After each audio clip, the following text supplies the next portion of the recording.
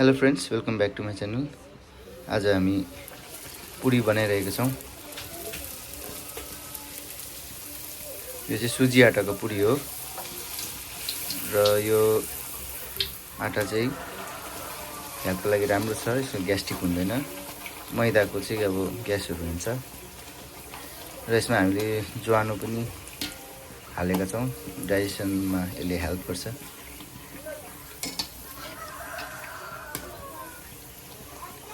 यो अलिक मोटो मोटो छ, ज्यादा पातलो छैन। यहाँ हेर्नुहोस्,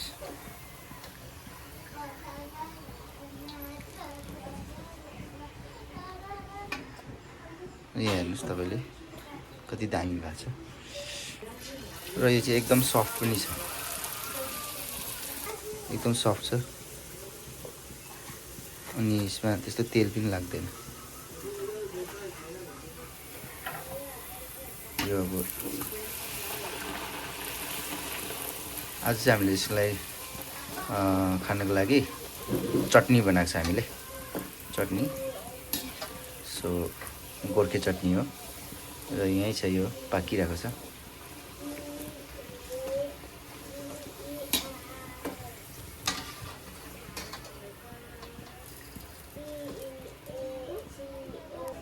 यहाँ चाहिँ आजको चटनी, गोर्खे चटनी।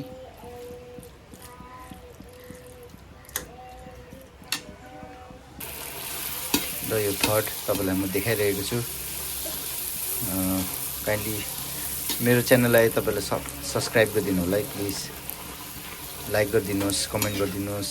कुन चाहिँ रेसिपी तपाईँलाई हेर्नु चाहनुहुन्छ त्यो हामी तपाईँलाई बनाएर सेन्ड गर्ने कोसिस गर्छौँ।